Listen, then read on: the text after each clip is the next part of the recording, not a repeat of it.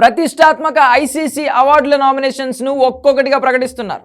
T20 cricketer of the ఇయర్గా నామినేషన్స్లో భారత యువ pacer Harshdeep Singh చోటు దక్కించుకున్నాడు. భారత స్టార్ పేసర్ బూమ్రా ఎక్కువగా టెస్ట్ ఫార్మేట్కే పరిమితం కావడంతో టీ20లో మన పేస్ అటాక్ను హర్షదీప్ లీడ్ చేస్తున్నాడు. ఈ ఏడాది 18 మ్యాచ్లు ఆడి 13.5 యావరేజ్తో 36 వికెట్లు పడగొట్టాడు. హర్షదీప్ బెస్ట్ బౌలింగ్ ఫిగర్స్ చూస్తే 9 పరుగులకు 4 వికెట్లు తీశాడు.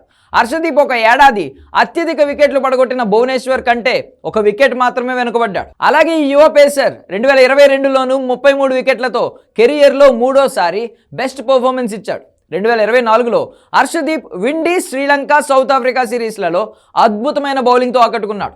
టీ20 వరల్డ్ కప్ ఫైనల్లోనూ కీలక వికెట్లు తీశాడు. కాగా హర్షదీప్తో పాటు మరో 3 ఆటగాళ్లు నామినేషన్స్లో చోటు దక్కించుకున్నారు. వీరిలో జింబాబ్వే క్రికెటర్ సికిందర్ రజా కూడా ఉన్నారు. అతను 24 మ్యాచ్లలో 573 పరుగులు చేశాడు. అలాగే బంతితోనూ రాణించి 24 వికెట్లు పడగొట్టాడు. ఇదిలా ఉంటే పాకిస్తాన్ స్టార్ బ్యాటర్ బాబర్ అజామ్ కూడా టీ20 క్రికెటర్ అవార్డు కోసం పోటీ పడుతున్నాడు. బాబర్ 24 మ్యాచ్లలో 738 పరుగులు చేశాడు. గత ఏడాది కాలంగా పాక్ తరపున టీ20 ఫార్మాట్లో నిలకడగా రాణించిన ప్లేయర్గా నిలిచాడు. బాబర్ పరుగుల జోరులో 6 హాఫ్ సెంచరీలు ఉన్నాయి. మరోవైపు ఆస్ట్రేలియా హిట్టర్ ట్రావిస్ హెడ్ కూడా టీ20 క్రికెటర్ ఆఫ్ ది ఇయర్కి నామినేట్ అయ్యాడు. షార్ట్ ఫార్మేట్లో ఈ ఏడాది హెడ్ విధ్వంసమే సృష్టించాడు. 15 మ్యాచ్లలో 38కి పైగా యావరేజ్తో 539 పరుగులు చేశాడు.